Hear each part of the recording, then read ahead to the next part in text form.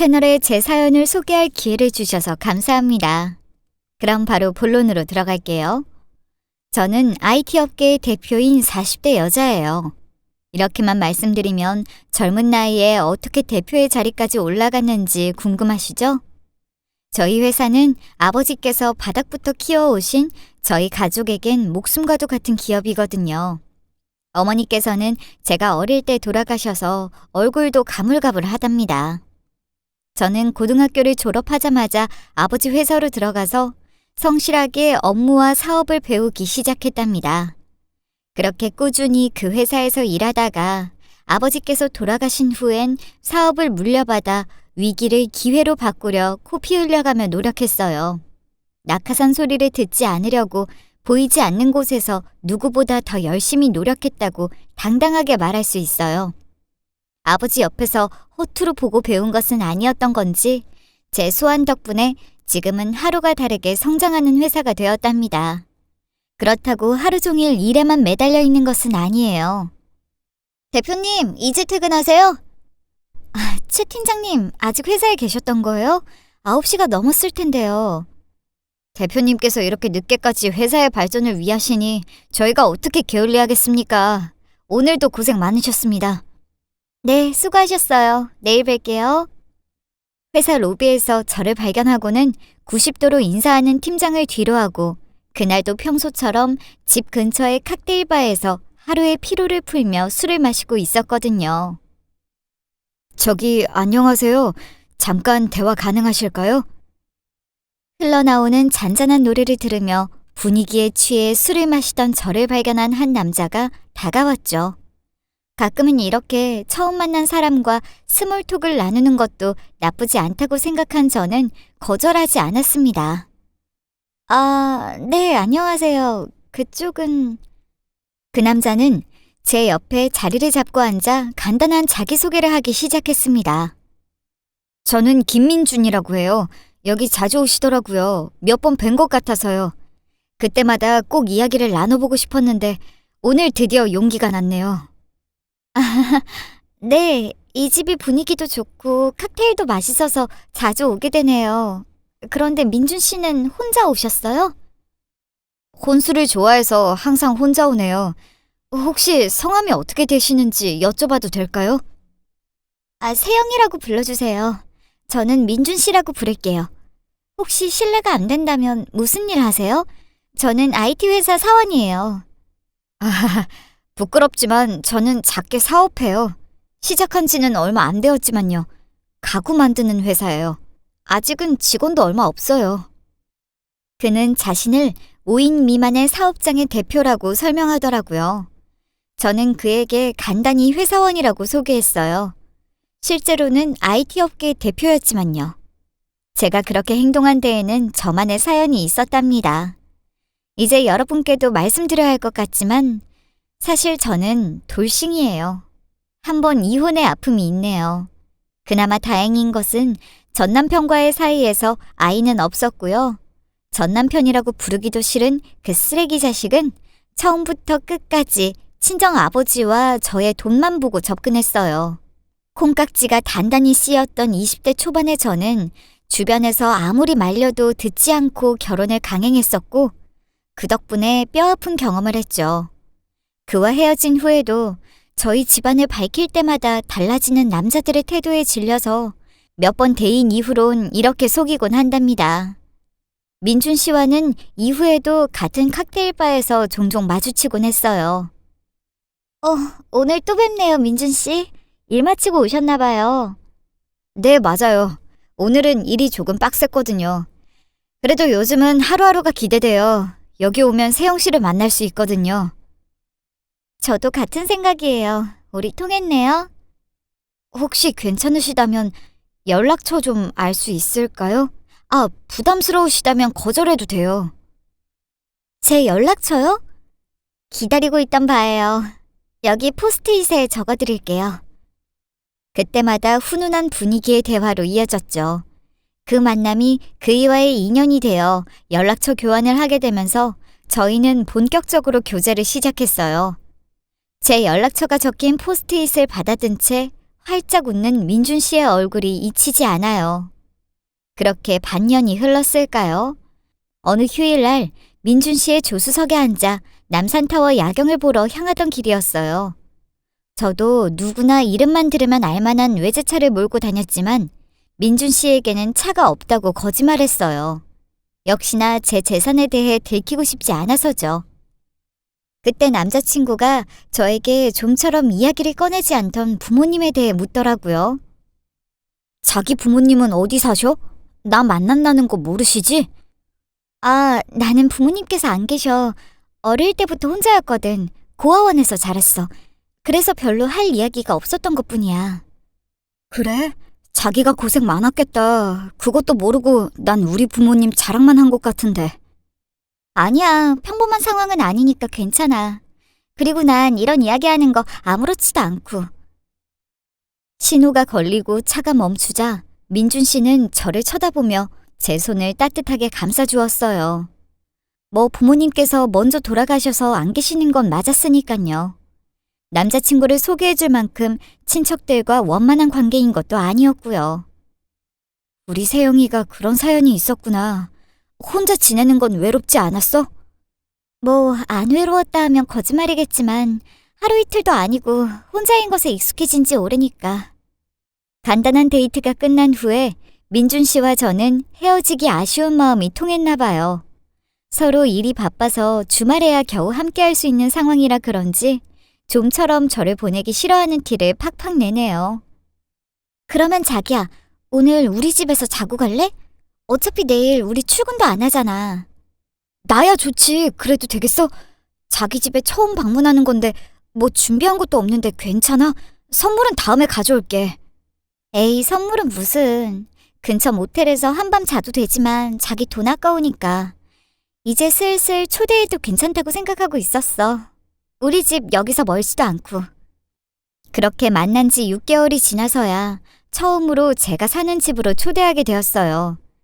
집 이야기가 나와서 그런데 또 한 가지 제가 말씀드려야 할 사실은 저는 지금 제 회사인 IT 기업 운영과 더불어 부동산 투자까지 성공하셨던 아버지 덕분에 부동산 재산이 꽤 되었었거든요. 형제 자매가 없어서 아버지께서 남긴 재산들이 자연스레 전부 제 몫이 되었네요. 땅, 아파트, 건물 등등 자산도 다양해요. 하지만 제 회사 일이 워낙 바쁜 덕분에 다른 건물들은 다 세를 놓거나 관리업체에 맡기고는 변두리의 작은 30평대 아파트에 혼자 살았죠. 더 큰 평수의 집도 가지고 있었지만요. 그런 큰 평수는 일단 혼자 살기에는 청소하기도 힘들었고 너무 외롭고 적적하게 느껴질 것 같아서 변두리의 작은 아파트를 선택했답니다. 우와, 자기 대단해. 이 큰 집에서 혼자 사는 거야? 심지어 자기 소유잖아. 우리 세영이 능력 있네. 원래 집을 살 생각이 없었는데 정말 싸고 괜찮길래 여기 시세 오르기 전에 사둔 거야. 엄청나게 싸게 샀어. 예전엔 여기 아무것도 없었으니까. 제 말대로 이곳은 개발이 되기 전에 아무것도 없었으니까요. 아버지께서 미리 개발을 예상하고 투자한 집이긴 했지만 살짝 거짓말을 한 거죠. 남자친구는 딱히 의심하지 않았어요. 진짜 바쁘게 일하더니 돈도 열심히 모았구나.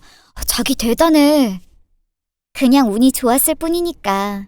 근처에 개발된다는 말 듣고 깜짝 놀랐지 뭐야. 난 그런 거 관심도 없었으니까. 덕분에 살기는 편해졌어. 교통편도 많이 바뀌었고 남들 다 하는 집 고민도 없기도 하고 진짜 운이 좋았지. 남자친구는 잠시 고민하더니 다른 주제를 꺼내네요. 사실은 우리 사귄 지도 좀 되었기도 하고 어머니께도 미리 만나는 사람 있다고 말씀드렸거든. 그랬더니 자기를 보고 싶어 하셔. 이제 자기만 괜찮다면 소개해드려도 괜찮을까 하고. 아, 진짜? 어머니께서 나를 보고 싶어 하신다니 그거 기쁜 소식이네. 당연히 뵈러 가야지. 저는 당시 아직은 그와 결혼 생각이 없었어요. 남자친구는 저에게 매우 잘해주고 근면성실하며 알뜰하게 살아가는 사람이었지만 아직 더 지켜봐야 한다고 생각했거든요. 하지만 진짜 괜찮은 사람이 생긴다면 한 번 되었단 이유로 결혼을 거부할 필요는 없다고 생각했죠. 물론 최소 2년은 지켜본 후에요. 정말 괜찮아? 자기 부담스럽다면 거절해도 되는데. 이렇게 내가 사랑하고 나를 사랑해주는 김민준 씨를 키워주신 어머님인데 부담스러울 리가 있겠어?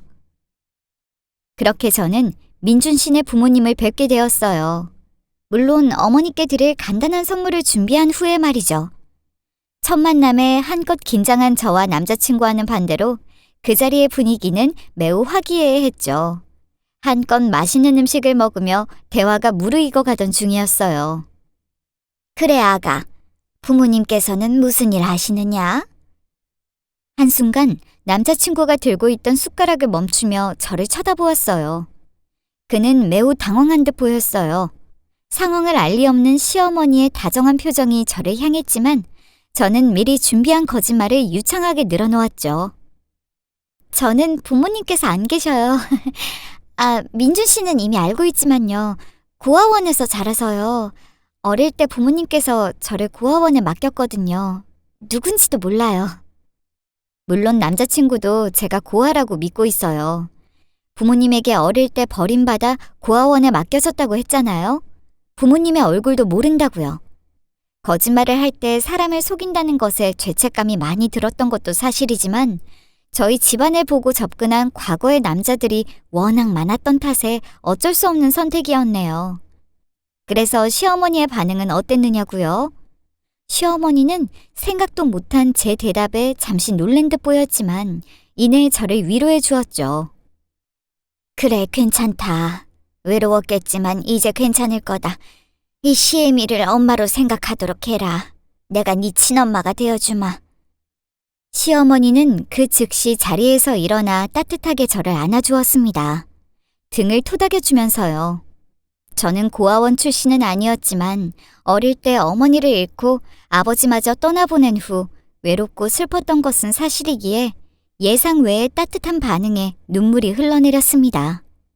시어머니께서는 제 눈물을 닦아주며 다시 말씀해 주시네요. 그 순간 정말 새로운 가족이 생긴 기분이 들었습니다. 세영아, 너는 우리 가족과도 같은 존재다. 가족이 필요하면 언제든지 이 집으로 들어오면 된다. 혼자 이 험한 세상에서 견디느라 얼마나 고생했을꼬. 대견하다. 시어머니께서는 진심 어린 표정으로 저를 따뜻하게 배웅해 주었죠. 자리가 훈훈하게 마무리된 후 저희 집으로 돌아온 민준 씨는 저에게 사과하더라고요. 자기야, 어머니께서 첫 만남에 그런 걸 물으실 줄이야. 왜? 난 아무렇지도 않아. 충분히 궁금해하실 수 있어. 괜찮아. 내가 미리 말씀 못 드려서 미안해. 자기한테 좋은 기억도 아닌데 이 사실을 내가 어머니께 말씀드리는 것이 맞는지 고민하다가 말씀 못 드렸거든. 에이, 진짜 아무렇지도 않다니까. 고마워. 자기가 나 생각해서 말씀 안 드린 거잖아. 내가 직접 말하는 게 맞다고 생각해, 나도. 그렇게 그 이후 남자친구와의 관계는 더욱 돈독해졌습니다. 서로에 대한 믿음도 더 강해졌고요. 그 이후 어쩐 일인지 시어머니는 저희 집에 종종 방문하시곤 했어요. 아직 결혼한 사이도 아니었는데 불구하고요. 저는 그런 시어머니가 싫지 않았어요. 보통의 남의 편 시댁처럼 간섭과 잔소리를 늘어놓았냐고요? 그럴 리가 없는 분이었죠. 항상 오실 때면 미리 연락을 주시고는 양손 한가득 선물을 챙겨오시곤 했답니다. 어느 날은 오히려 제가 퇴근하고 오니 따뜻한 저녁밥을 차려놓으시고 저를 맞이하시더라고요. 세영아, 이제 오느냐? 고생 많았다. 얼굴 보고 싶어서 잠깐 들렀다. 어머님, 이게 뭐예요? 아니, 안 그러셔도 되는데. 아니, 설마 청소까지 해두신 거예요? 어머님, 왜 이러세요? 심지어는 저희 집이 아주 깔끔하게 정리가 되어 있더라고요.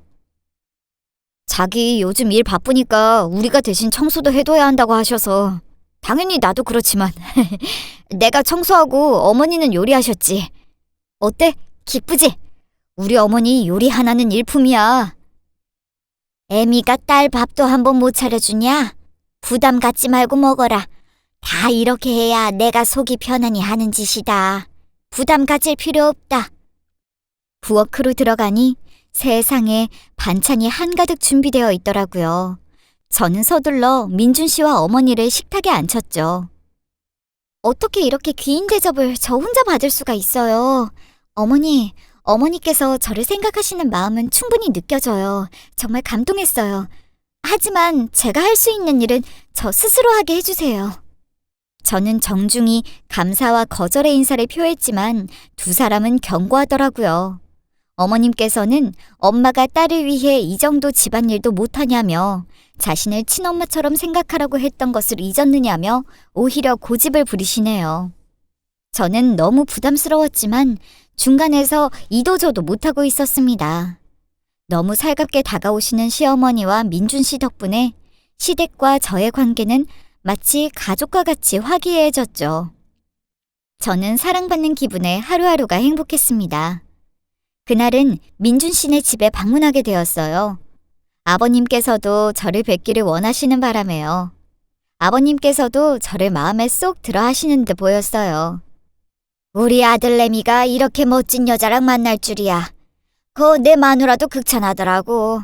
며느리로서 딱이라고 귀에 딱지가 않도록 칭찬했네. 어떤 여자인지 참으로 궁금했단 말이지. 좀처럼 민준이가 데려오는 여자마다 마음에 안 들었던지 고민이 많았던 모양일세. 아버지, 그런 말씀은 좀 여기서 하시면 세영이가 오해하잖아요. 그래서 결혼은 설마 연애만 할 생각이냐? 아유, 여보도 참. 두 사람 알아서 하게 두지 못하러 결혼 이야기를 꺼내. 어머님께서 아버님을 만류하는 소리가 들렸지만 아버님께서는 민준 씨를 똑바로 바라보며 절대 놓치지 말라고 신신당부하셨습니다. 그렇게 저는 시아버지께도 합격 통보를 받은 듯한 기분이었네요. 물론 남자친구에게 말한 대로 모아둔 재산도 없고 고아 출신의 평범한 회사원에 가진 건 집 하나뿐인 여자라고 알고 있을 텐데요. 민준 씨네 집안은 제 배경이 아닌 저를 있는 그대로 바라봐준다는 것을 믿어 의심치 않았네요. 처음 시어머니를 소개받은 날로부터 1년은 좋게 넘은 세월이 흘렀지만 그들은 변하지 않는 모습으로 제 곁을 든든하게 지켜주었습니다. 저는 점점 그들과 진짜 가족이 되어도 좋겠다는 행복한 꿈을 꾸기 시작했죠. 어머님과 아버님께서는 결혼 이야기를 종종 꺼내시긴 했지만 정작 당사자인 민준 씨는 아무 말도 하지 않더라고요. 어느 날은 제가 단도직입적으로 이야기를 꺼냈습니다.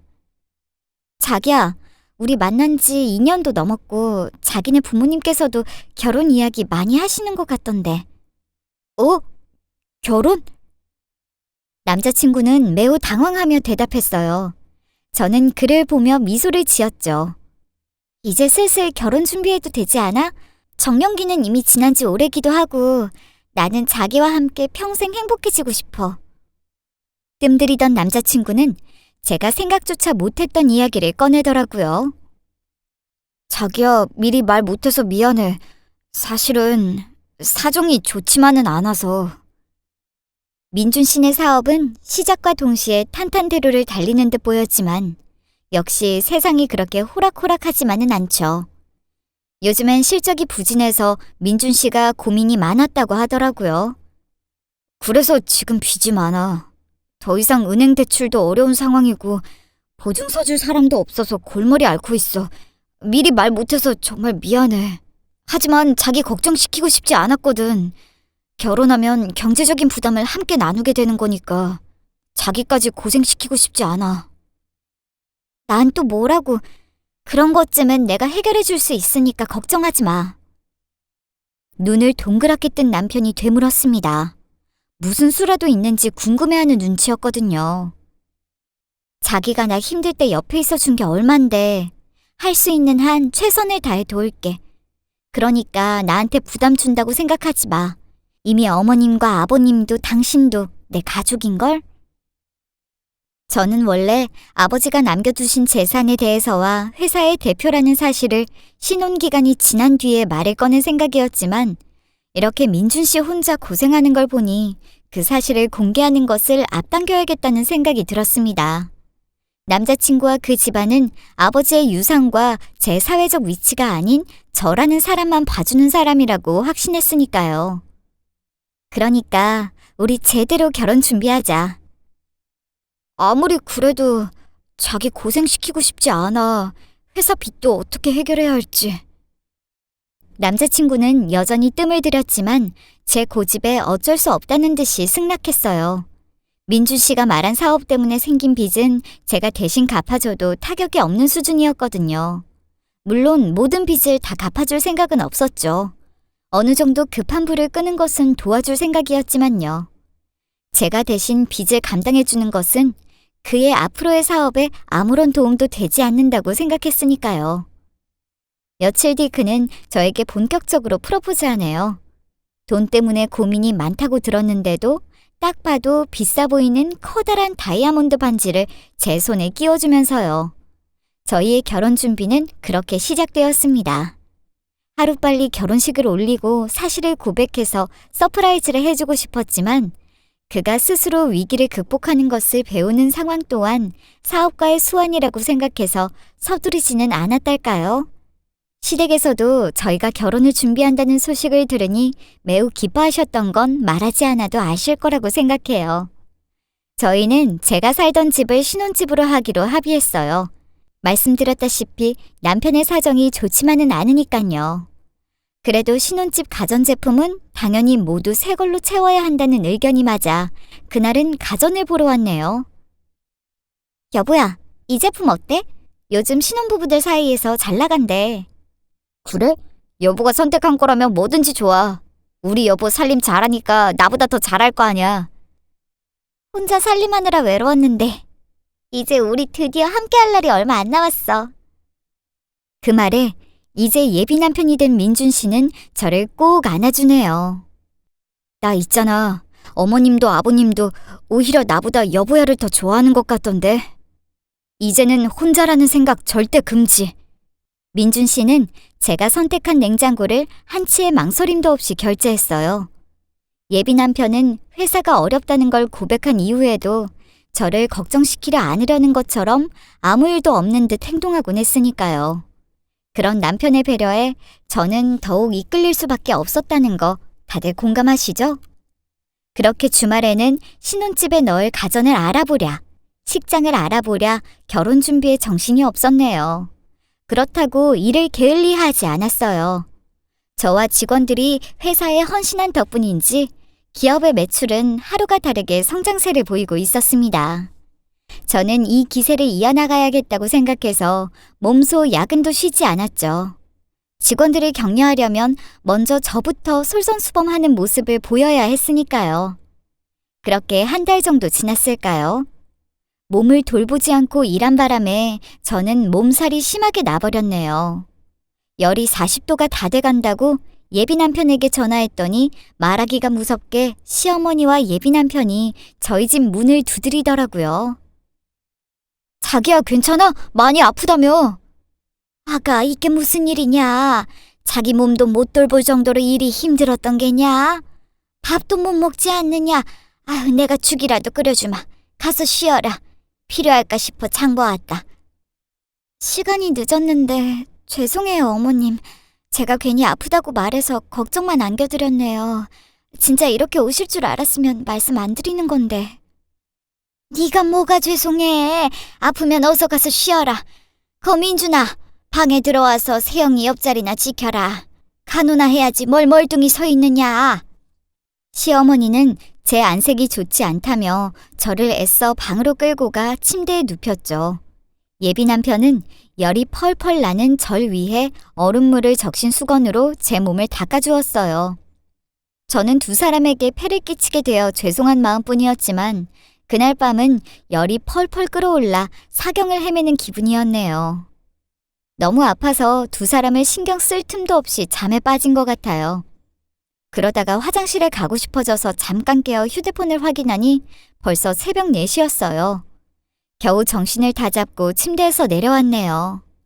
두 사람은 이미 돌아갔는지 집안이 조용하더라고요. 거실의 불도 꺼져 있었어요. 그렇게 화장실만 들렀다가 다시 잠자리에 들 생각이었어요. 열이 아직 떨어지지 않았는지 머리가 너무 아파져 왔거든요. 그때 저는 작은 방에 불이 켜진 걸 발견했네요. 굳게 닫힌 방문의 문틈 사이로 작은 빛이 흘러나오더라고요. 아직 안 가신 건가? 불 끄는 것을 잊으셨나? 저는 의문을 가지며 방문 앞으로 다가섰죠. 두 사람이 혹시 아직도 이 집에 있다면 잠들었을 시간이니 살금살금 다가갔죠. 몸살나서 추위가 느껴져 수면 양말도 신고 있었기 때문에 발소리도 나지 않았어요. 제 예상외로 방문 너머로는 작은 대화 소리가 들리더라고요. 얼핏 들으면 웅성거리는 소리로 들렸지만 저는 이 새벽에 무슨 그렇게 중요한 이야기를 하는지 의문이 들어 귀를 기울였답니다. 두 사람은 제가 깬 것을 전혀 눈치채지 못한 듯 대화를 계속하네요. 그런데 들리는 내용이 심상치 않더라고요. 내가 언제까지 기다려야 하나 모르겠다. 엄마, 이제 금방이야. 다 우리 계획대로 됐잖아. 세영이 몸만 나으면 금방 결혼할 거야. 확실히 저 여자가 쓸모가 있을지도 모르겠고 꼭 저 여자여야 하냐? 시간만 낭비하는 거 아닌지 모르겠다. 세영이 걔는 엄마랑 날 완전히 믿고 있으니까 엄마도 알잖아. 조금만 기다려. 혼인도장 찍으면 바로 계획대로 할 거야. 두 사람은 마치 무슨 꿍꿍이가 있는 듯 작은 목소리로 대화를 이어나갔습니다. 그렇게 대화해도 밖에서 들린다는 사실도 모르는 걸까요? 이 집은 그렇게 방음이 좋지 않았거든요. 오늘도 톡촉 전화가 왔더라. 조금만 참아, 엄마. 세영이 걔 돈은 못 벌지만 그 회사에서 일한 지 20년 됐다잖아. 은행에다 알아보니까 근무기간 오래되면 몇 억은 금방 나온다더라고. 너무 걱정하지 마. 걔가 안 해준다면 어쩌느냐? 세영이 내 비디는 거야. 알고도 나랑 결혼한 순진한 여자야. 내가 말했지? 걔 부모 친척도 없어서 세상 물정 하나도 모른다니까. 걔한테 대출 뜯어내는 건 쉬워. 세상에, 제가 지금 뭘 들은 걸까요? 순간 제가 너무 아파서 헛소리를 들은 줄 알았습니다. 은행에다가 뭐요? 대출을 시킬 계획이라뇨. 제가 그렇게 멍청해 보였던 걸까요? 아니, 그런 꿍꿍이로 저에게 접근한 걸까요? 눈앞이 하얘져 당장 문을 부수고 무슨 이야기냐고 묻고 싶었지만 저는 애써 진정하려 노력했습니다. 그리고 다 해결되면 이 집도 뜯어낼 수 있을 거야. 엄마 아빠 월세 걱정도 이제 끝이라고. 그래도 내가 걱정이 많다. 그년이 순에 빠진 건 맞지만. 에이, 일단 나 급한 불만 끄면 이 집도 엄마랑 아빠 줄게. 그때까지만 조금만 참고 도와줘. 그러다 걔가 도망가기라도 하면 시간만 낭비하는 건 아닐지 걱정이구나. 나도 생각이 있어. 그리고 내가 말했지? 저 여자처럼 쉬운 여자 없다니까. 심지어 한 번 이혼당해놓고 또 도망가겠어? 엄마 진짜 걱정 말고 나만 믿어. 집? 집이라면 설마 제가 지금 있는 이 아파트를 말하는 걸까요? 저는 배신감에 입을 틀어막았습니다. 화가 머리끝까지 났죠. 저 사람들만은 제 배경이 아닌 저를 보고 다가왔다고 안심하고 있었는데요. 고작 몇 억도 안 하는 이 아파트를 탐내고 있었네요. 그래봐야 제가 가진 재산에 비하면 신경 쓸 가치도 없는 이 집을요. 가만히 있었으면 알아서 자기들 손에 들어왔을지도 모르는데 처음부터 이걸 노리고 접근했다면 이야기는 다르죠. 제 복을 발로 찬 거라고 할까요? 저는 너무 화가 났지만 애써 눈물을 참고 아무것도 못 들은 척 다시 방문을 닫고 침대에 누웠습니다. 그리고는 어떻게 저 사람들에게 복수할 수 있을지 생각했죠. 배신감에 큰 충격을 받아서 그런지 제 몸은 쉽게 회복되지 않았고 두 사람은 그런 저를 지극정성으로 간호했습니다. 아니, 그것마저도 계획된 연기겠죠. 자신들의 배를 불리기 위한 역겨운 연기요. 저는 치가 떨렸지만 그들 앞에서는 아무 일도 없는 척했습니다. 당장 무슨 꿍꿍이냐고 물었다간 시침이 떼면 그만이었으니까요. 아무것도 모르는 척 그들의 계획을 지켜보기로 했습니다. 제가 그들의 대화를 엿들었다는 걸 알 리가 없는 예비 남편은 여전히 친절한 가면을 쓰고 제 비위를 맞추는 척 연기했습니다. 저도 그 옆에서 애써 웃는 얼굴로 대했고요. 그런 연기는 사회생활하면서 많이 익혔으니 상대방이 눈치채지 못하게 하는 것도 어려울 것 없었죠. 그들이 제 앞에서 본 모습을 드러내기 시작한 것은 결혼 준비가 거의 끝날 때쯤이었죠. 그때가 아마 추석 연휴였을 거예요. 몸이 회복된 저는 예비 남편과 함께 시댁에 방문했거든요. 그런데 회사 일정이 있어서 연휴 내내 머물지는 못하고 하루밖에 시간이 안 났던 상황이에요. 예비 남편을 통해 시댁에도 그 사실을 전달했거든요. 처음엔 별 말씀 없으셨어요. 그 아가, 배가 출출하구나. 저는 아직이냐? 이제 거의 마무리되어 가요. 한 10분 정도 후면 될 것 같아요. 저는 원래 시댁에 방문해도 요리를 한 번도 한 적이 없어요. 어머님께서 자신이 오히려 저를 대접해야 한다고 쉬라고 하셨거든요.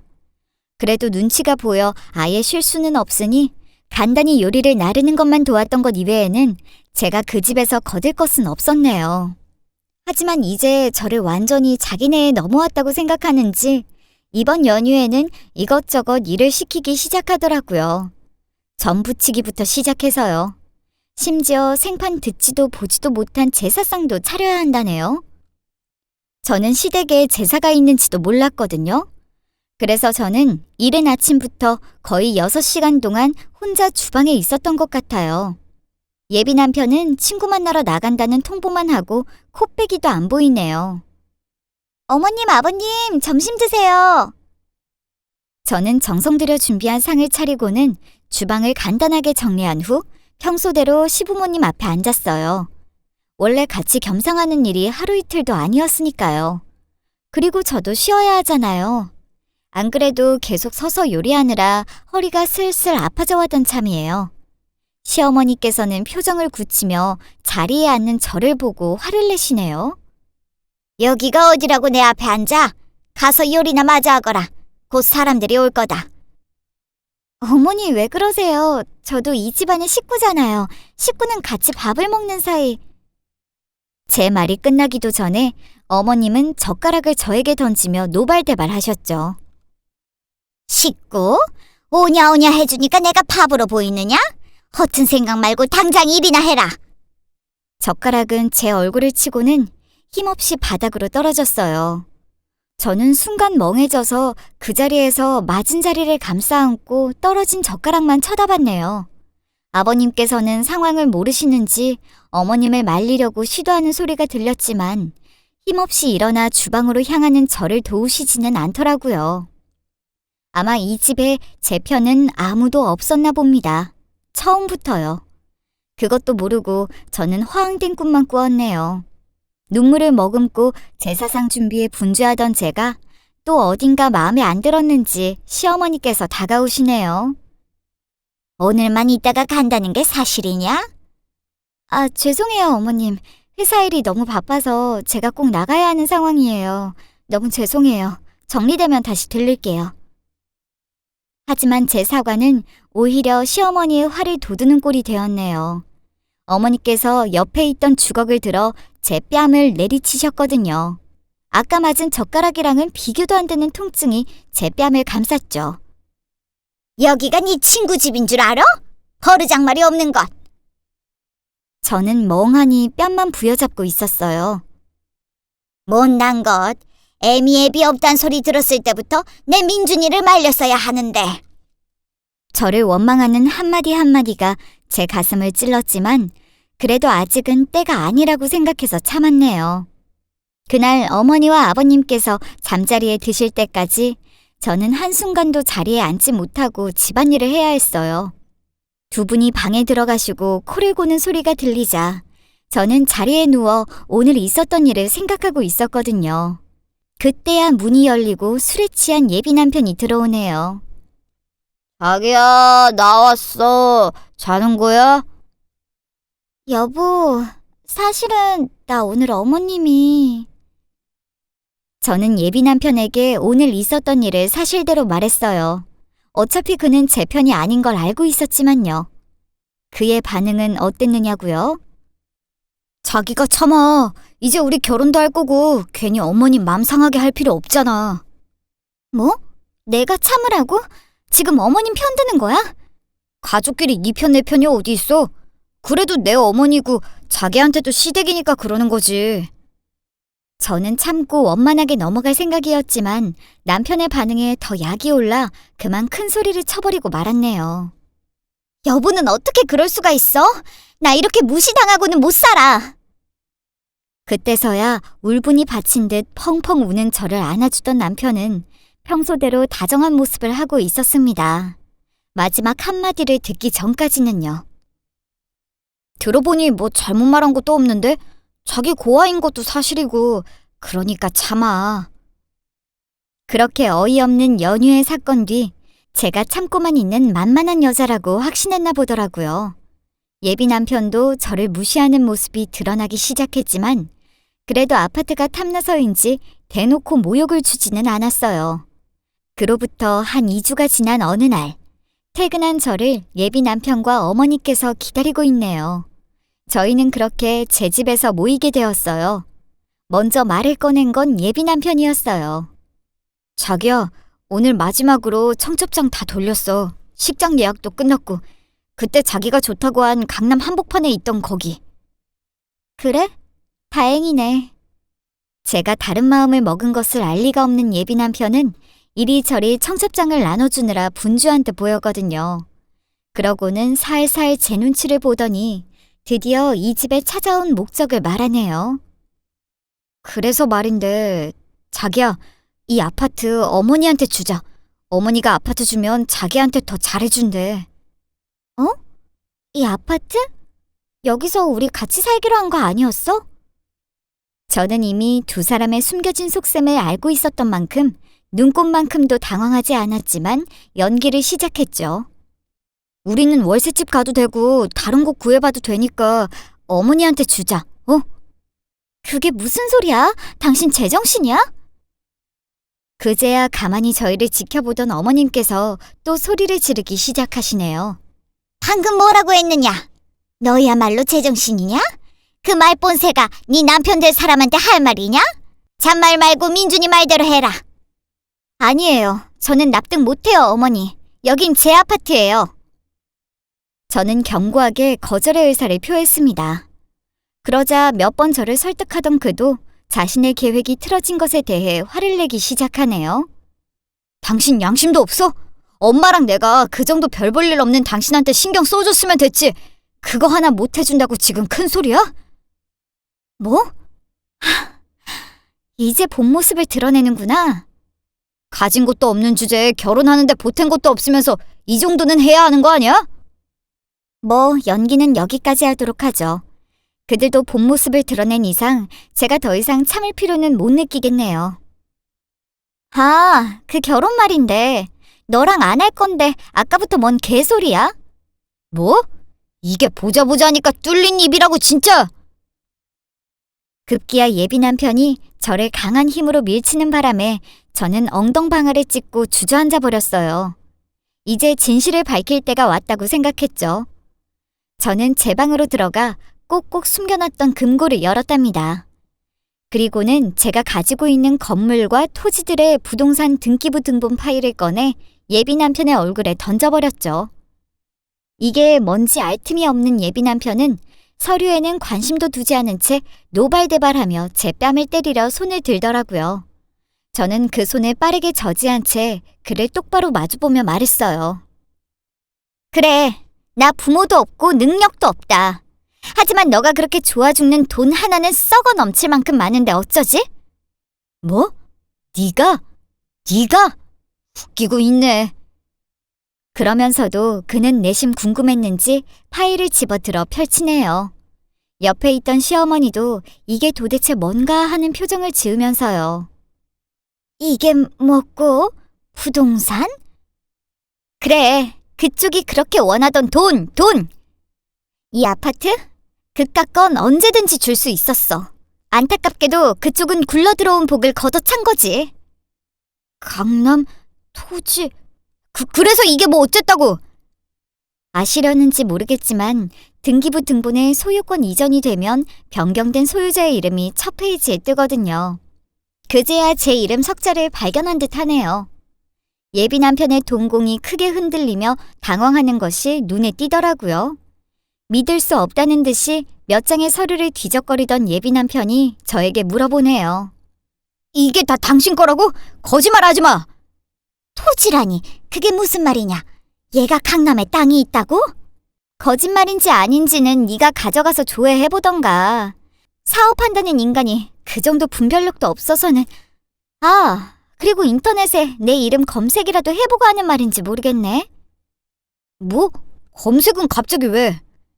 주섬주섬 휴대폰을 주머니에서 꺼낸 예비 남편이 제 이름 석자를 검색하는 듯 보였습니다.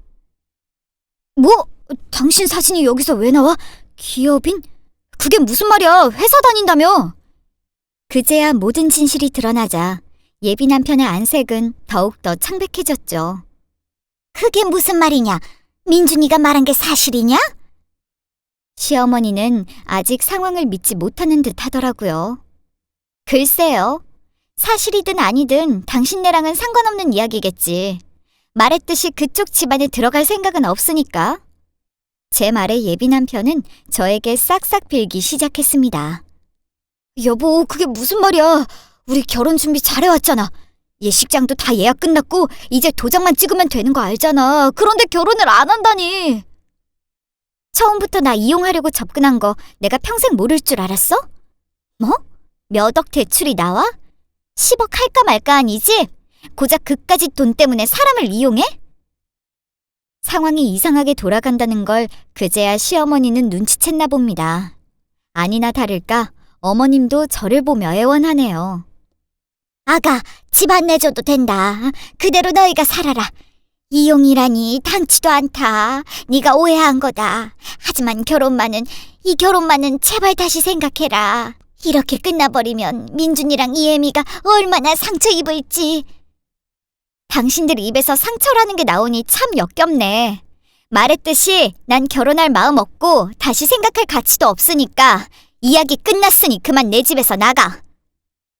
저는 저에게 애원하는 두 사람을 현관 밖으로 억지로 끌어냈습니다. 끝까지 안 나가려고 잘못했다고 빌고 있길래 경찰을 부르겠다는 약간의 협박을 보탰더니 안색이 창백해져서 제 발로 나가더라고요. 그렇게 두 사람은 쫓겨난 뒤에도 몇 번이고 저희 집에 찾아오며 연락을 시도했어요. 저는 혼인을 안 하겠다는 의사를 충분히 밝혔다고 생각해 연락조차 받지 않았죠. 심지어 어느 날은 예비 남편이 저희 집 앞에서 벌벌 떨며 제가 퇴근하길 기다리고 있더라고요. 무시하고 경찰 부르려고 했더니 무릎 꿇으며 몇 번이고 땅에 고개를 박았어요. 그 꼴이 얼마나 쌤통이던지요. 그러고 하는 말이 더 가관이네요. 혼수 가전제품 산 거 갚으라 소리를 안 할 테니 예식장 위약금만 좀 도와달라나요? 자기 집이 월세가 밀려 강제 퇴거할 예정이라면서 구질구질하게 사정을 설명하더라고요. 그동안의 정을 봐서라도 좀 도와달라고 구차하게 바닥에 엎드려 있길래 저는 그 손을 일부러 밟아버리고는 유유히 집으로 들어왔죠. 예비 남편 쪽은 제가 예상한 것보다 더 사정이 어려웠던 것 같은데 위약금에 빚더미까지 어떻게 갚으려나 모르겠어요. 하지만 제가 당한 수모가 있고 그쪽에 남아있는 정이라고는 일말도 없기에 신경도 쓰지 않았네요. 그 뒤로 저는 어떻게 지냈느냐고요? 오늘은 평소대로 일을 마친 후에 오랜만에 그와 처음 만났던 칵테일바에 방문했네요. 요즘엔 일이 새벽까지 바빠서 자주 못 왔거든요. 전 남편과의 악연이 시작된 곳이지만 그렇다고 사장님과의 정도 있고 하니 쉽게 그 장소를 끊을 수는 없었어요. 반갑게 저를 맞이한 사장님이 그때 그 남자랑은 어찌 됐는지 가볍게 묻더라고요. 저는 간단하게 서로 안 맞아서 헤어졌다고 어찌 사는지 모르겠다고 했어요. 그랬더니 사장님도 그에게서 며칠 전에 돈을 빌려달라는 연락을 받았다고 하네요. 자신이랑 그렇게 개인적으로 친하지도 않았는데 부탁받아서 당연히 거절했지만 꽤 급해 보였더라나요? 아직도 돈에 허덕이나 봐요. 그와 다르게 저는 매우 수월하게 기업을 이끌어 나가던 중이었으니까요. 그렇게 평소에 떳떳하게 살았으면 인생이 뒤바뀌었을지도 모르는데 자기 눈앞의 욕심에 모든 걸 잃은 예비 남편의 이야기가 여러분께는 어떻게 들렸을지 모르겠네요. 교훈이 되는 이야기가 되었으면 합니다.